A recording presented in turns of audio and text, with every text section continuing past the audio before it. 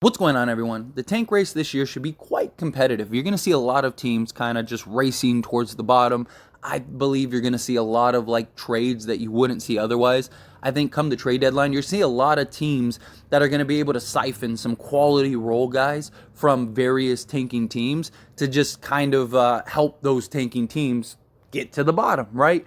Victor Wembanyama is an incredible talent. He might be the greatest prospect we have ever seen as far as, prospects coming into the NBA, Wilt Chamberlain, Michael Jordan, LeBron James, Kareem Abdul-Jabbar are all guys that kind of come to mind of the hype train, right? Of guys that many thought these guys are can't miss type of players.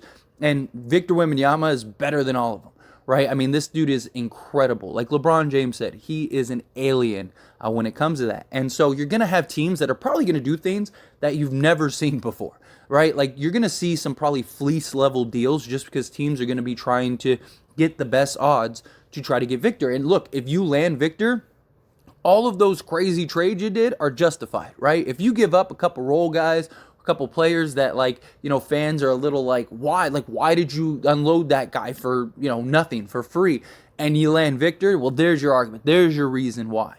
But with that comes a lot of issues, right? Especially for the NBA and the league. And Adam Silver has recently talked about, he's going to monitor teams in this tank race. So Adam Silver's monitoring tanking. NBA commissioner has put teams on notice and will be watching rosters closely amid Wembanyama buzz.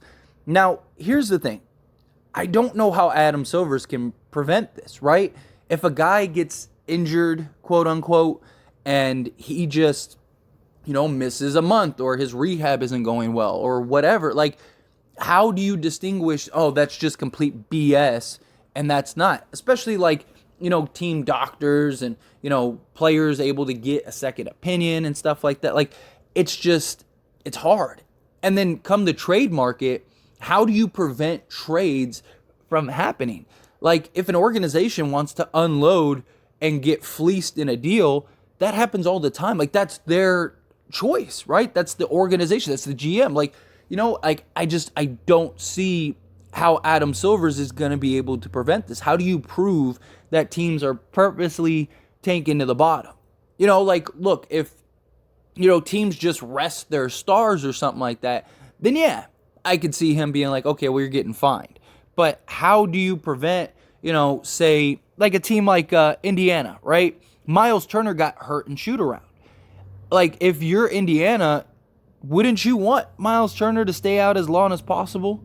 Because he could help contribute to wins. Or wouldn't you want to just trade Miles Turner? Something like that, for whatever you can get. Because one, you could justify it as hey, Miles Turner is a free agent. He's leaving us next year. Why wouldn't we try to get something for him?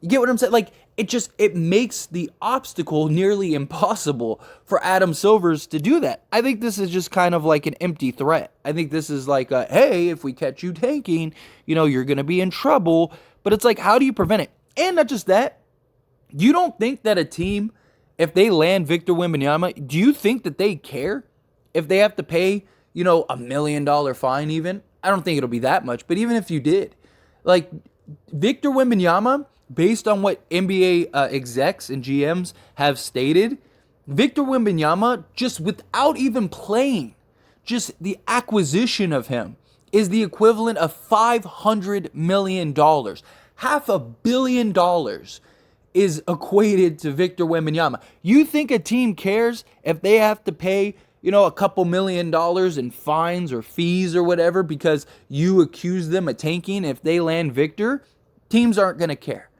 I mean, those same GMs said straight up that, look, Victor Wembanyama could break both of his legs and we would still draft him number one overall because he's that much of a potential for a franchise. He's a guy that can completely turn around a franchise.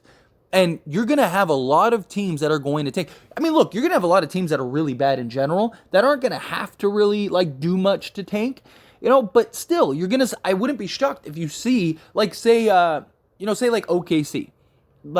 If they're in the tank race, which they probably will be, are they going to just unload, Sean Gilgeous-Alexander?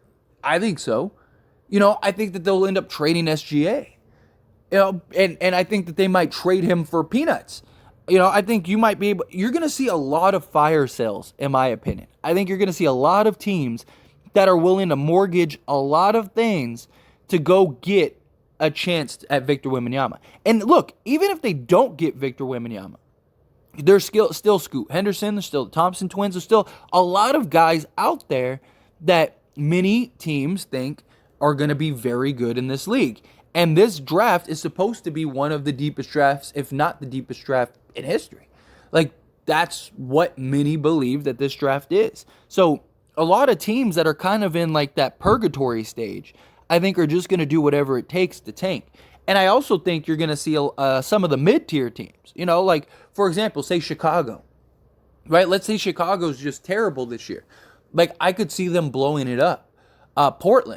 Portland's a team that is an interesting team, right? Like, yeah, they're 2-0 right now, but what if they just start falling off a cliff and they're not very good, right? So do they just say, all right, let's unload Jeremy Grant, let's unload Nurkic. I don't think they'll trade Damian Lillard, but like, Josh Hart, Simon, like, do you move those guys, try to go get a Scoot Henderson, try to go get a Victor Wembanyama, like, that's a team that could be a possibility. For them, like, Chicago owns their draft pick, but that draft pick is top 14 protected. So if they landed the number 1 pick, they're good. Like, they could go get Victor, and you'd have Victor, Damian Lillard, and, Sharp, and, whoever else you don't unload, right? You have these teams, like mid-tier teams that are just like, all right, we're not very good. Let's just try to hit the restart button. And you're also going to have teams that aren't very good that are like, let's just, let's try to tank harder. And I think, look, if there were no draft odds to getting guys, I think teams would be tanking for the bottom. I think you would see some of the most like disgusting levels of tanking you've ever seen because of Victor. Now, look, is he worth it? We don't know. He hasn't played a game in the NBA, but everything we have seen, this kid is worth the hype. This kid is incredible. And so many teams are looking at it as like, dude, if we have an opportunity to go get a guy like Victor, we got to do whatever it takes. I mean, even the worst team in the league, they only have a 14% chance. But 14% on a potential, franchise-changing, multi-generational guy, you got to take those odds. You might never have those odds again as an organization. So if you're one of the lesser teams in this league, I think you gotta do whatever it takes.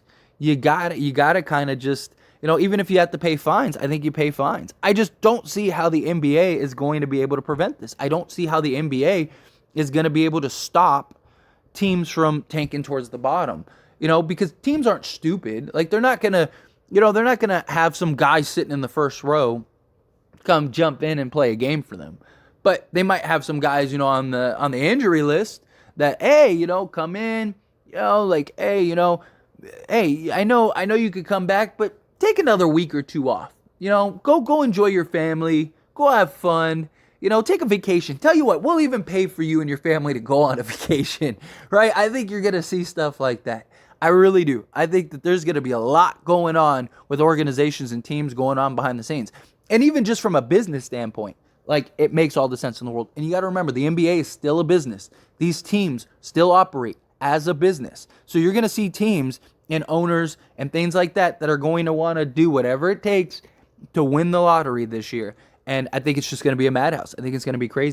Anyway, as always, this is a discussion, so I want to hear from you. Let me know your thoughts and opinions down in the comment section below. What do you think? Do you think that teams are going to do whatever it takes or are going to tank for the bottom? Do you think teams are going to, sit players longer, quote unquote? Players are going to all of a sudden get injured a lot more this season than they would otherwise, hint, hint, wink, wink type thing. Do you think teams are going to kind of fleece themselves in deals and trades? I really think that that's where the tank race is going to end up happening.